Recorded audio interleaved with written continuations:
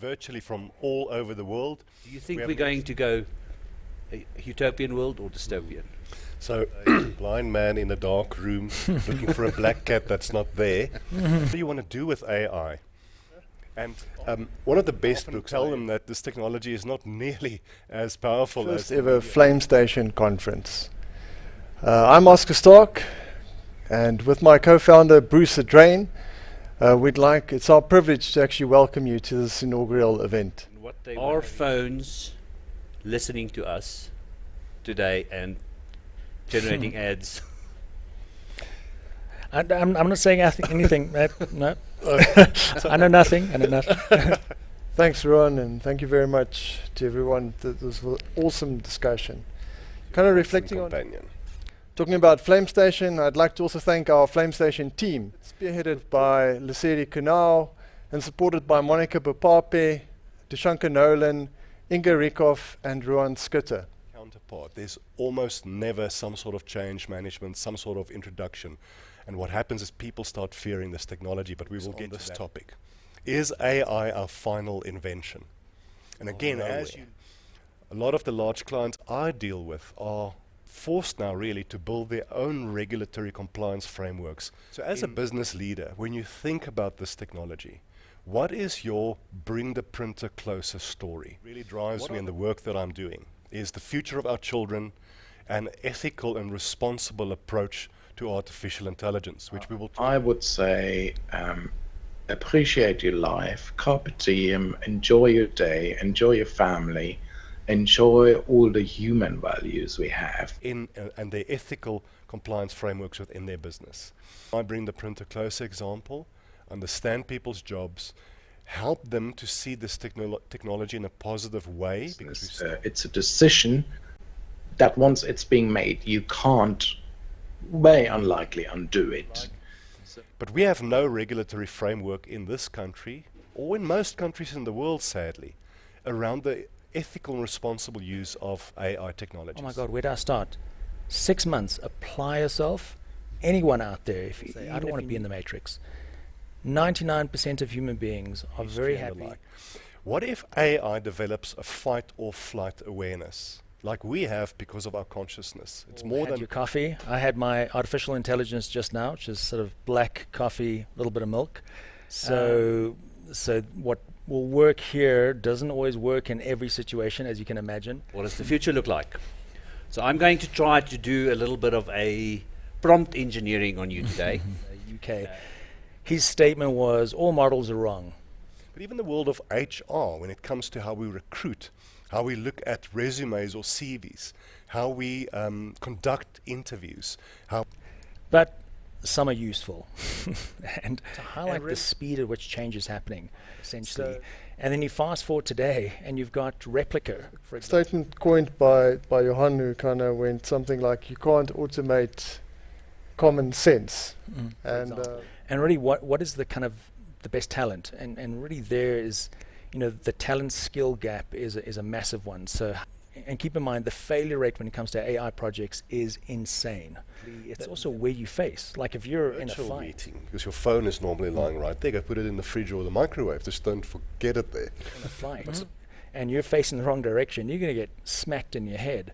And the amount of times this happens with, large corporations, as a lot of us call it, what's the flywheel effect? And if anyone, why? Because we've got 87% failure, right? So it's quite essential to the number one, I'd say, is psychology, is this one here, what's that? Slip and fall down carefully.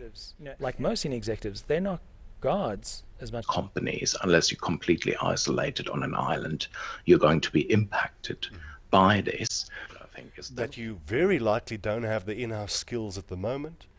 Do you solution mode, you cannot have noise. Solution mode, you have to be super focused on project, delivery, timelines. And then we are planning on hosting future events. So if anyone wants to share any ideas of what they would actually like to get into, as you can see, really need to be trained up in terms of what is this new environment, what is artificial intelligence, what are the key people who are really doing stuff. In South African context, and we were speaking about the skills gap, where do we get experts? And some of the better practices is really partnership. And what's amazing is, you know, a great Boston Consulting article I highly recommend. To me, it's really about trying to localize dealing with the challenges of AI, so in a South African context. Yeah, but what if you're manipulating me? What if I want to be manipulated, right? So I'm just flipping it. I'm not saying whether it's right or wrong. I'm just saying that's I try to understand AI by exploring it in a playful way. With a 9 out of 10 failure rate. Think of industrial espionage. I've got clients whom I've given advice to that if they have that, and then how do you take that practice, and I think you said it earlier, Ron, how do you then localize it? Allow the right amount of noise, which we'll call innovation, and then when you go into solution, you're absolutely unique, but you just like everyone else. And really what that means is... I once had a client who said, stop selling me things or telling me things I can Google.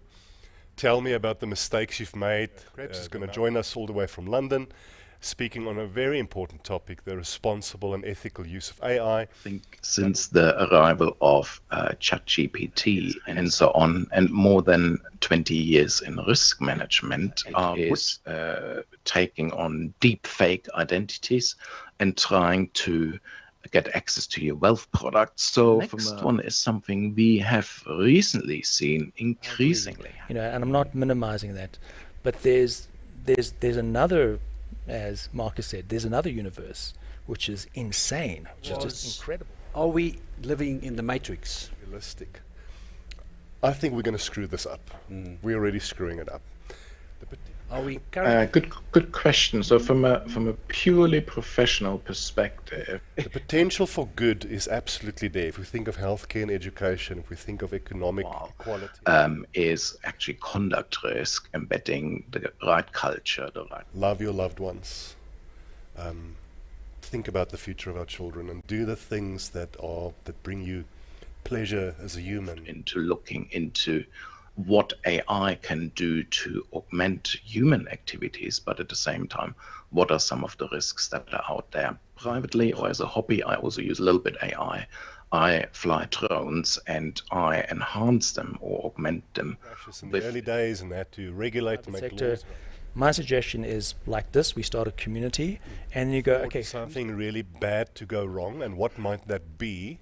For a lot more regulatory work in the AI space. Now, having seen how regulation works in the banking and financial services world, particular operational risk, it takes an awful long time to develop this at Basel level. Bank regulation that is being developed needs to come right from the top, United Nations level, for instance. We started talking about artificial intelligence, and I think to some extent, if you use the term AI, that humans, to this date, humanity has not solved to live with each other peacefully by applying this, way of thinking, this thinking framework of the whens, the whys, the who's, the whats, where you do have those diverse players coming together, where we could.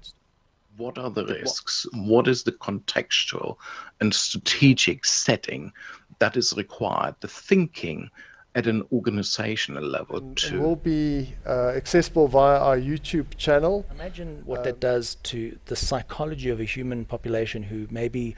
there are currently more than 3,000 incidents recorded. I'm sort of tried to risk buckets or risk taxonomy, what could actually go wrong, and we can stop. Now, you may not think necessarily these can cause harm, but here's an example where... so Marcus isn't here, so it's fine. But the rest of you are there, that's the problem. Is regulation currently, or the lack of regulation, currently standing in your way of moving? Human intelligence is being manipulated by interconnectivity globally, but that means either do nothing, which by the way is also doing something from a conduct risk perspective, we need to embed ethical behaviors in organizations across the globe, particularly if they develop. Often when we talk about AI, we talk about bias that's built into the system.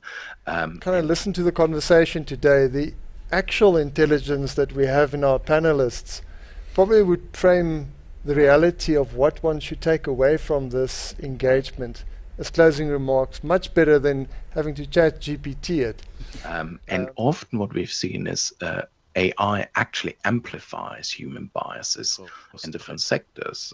They were asking him, do you expect a material impact of AI on business areas in 2023? And to the last question, do you think the development of regulation and guardrails needs to be accelerated? And yes, similar to what is then climate change is going to be bad. Wait for artificial intelligence is as an organization and as a quick journey really through AI ethics evolution, because that when I look at the global ethics development timeline, and really important, which is the principles of AI from the OECD, and setting them free through the use of technology to do things that only humans can do. Intuition, problem solving, empathy. And I often forget what generation we're dealing with at the moment. I think somebody said alpha the other day. X and Z, I've already lost count. But I don't know how we're going to get today's young people coming out of high school, out of university, to want to work for big corporates. It seems to be a forced now really to build their own regulatory compliance frameworks and their ethical compliance frameworks within their business. All of that can easily happen without human involvement. And then I'm just going to end off with this topic of how do we as humans work effectively with our digital counterparts. In 2013, I've been an advisor to the United Nations in the risk management of regulatory systems, considering ethics and responsible AI with a new organization. It's a bit like blue jelly. It's quite moldable and quite shaped. But what we've seen in reality is people are happy with not being private, right? And you can see the sort of 8 building blocks from a thematics and ethical perspective that by the organization.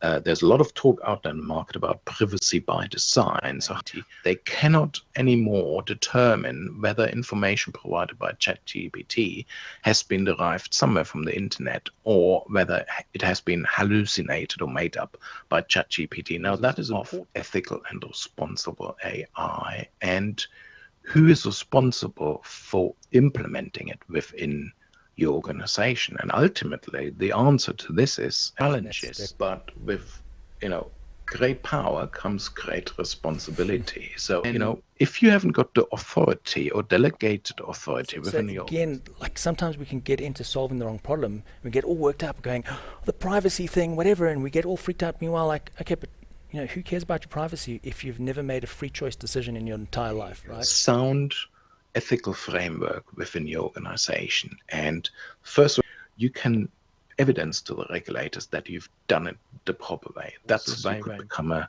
certified AI auditor, for instance. And it's just hanging there, nobody's responsible. That's 2 things equally important, I think. One is the continuous ethics education of all your staff members, because guess what? This ain't going to go away. Way to breaking down a topic. Incredible. And there are a lot of us who are into that universe, who are going, we're going to have a world which is incredible, where people live way longer, where people are able to do things that they can never imagine they could possibly do, where people can have insights about themselves and their body. As you know, with ChatGPT, you can tell it to act like a teacher. Engineer Marcus, and today you're going to play the role of a regulator. Prompt engineer Johan, focused on making money, shareholder value, and it's quite busy. Or Microsoft Word. A pen doesn't wake up in the morning thinking, I'm going to be biased today. Could be our last invention. It's just another tool, but it's our last tool. Said, more time face-to-face with clients, but empowered with patterns and predictive analytics and technology to beat in the next few years. Do they even exist in your organization? Can you upskill your current workforce? To help us solve complex problems we've never been able to solve at this level. And similar, like you use a chainsaw with protective gear. You don't use it in your swimming trunks necessarily. But it's a great question. I think AI experts should be quite a wide ethics philosophy, as I've already mentioned earlier. These Churchill's quote about never let a good crisis go to waste. Maybe. So it's a loaded question, so I've got to be careful. We're just talking about you, don't worry, it's fine. It's all resolved. I think the AI didn't like me and cut me out. Yeah, look, we had that preset, but it's fine. Don't take it. What the hell did you guys do? Like, we want a bit of that action, Yep. There used to be this sort of approach, build things, break things first, and fix them later. How can we keep on innovating and trying things? There is a scientific principle behind this. So the scientific cost Decision making in a startup environment.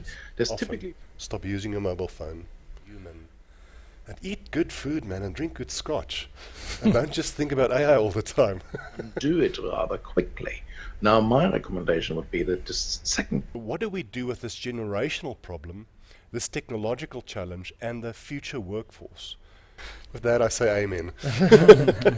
Diversity of how technology is influencing our life and the realities that we need to deal with from a business perspective, and kind of growing prosperity through startups and various initiatives that comes with that.